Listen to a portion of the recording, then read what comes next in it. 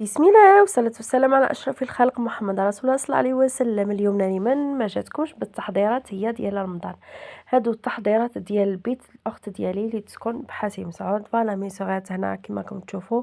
بعد ما دارت الخفاف دارت الفال شعبان ميسوغات، وهنا راهي نظفت بيت يوسف وهاوليك يوسف يقول لكم على سلامتكم وش راكم.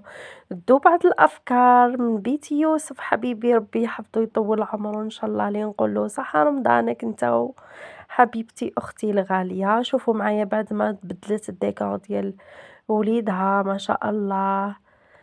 تبدو افكار حبيبه القلب كما تعرفون راني ما متخبي عليكم والو. شوفوا لي ديك لا شامبر ما شاء الله، هي انتو عنده كامل لي موايا ما شاء الله.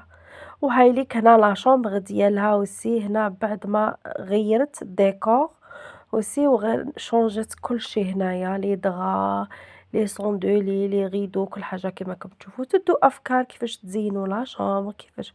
وكل عويط قالي ما تزوجت وكل عام تقول العام الجاي ان شاء الله العام هذا يفتح عليك ربي سبحانه. فوالا حبيبة القلب كانت هذه لا شامبر ديال لا فرانجين. دو بعض الافكار اللي انا ما نخبيش عليكم.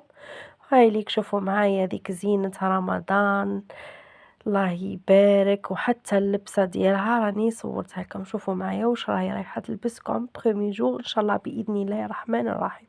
بداتها من لا رونتري وهي مزينة الدار جوسكا الصالون ما شاء الله.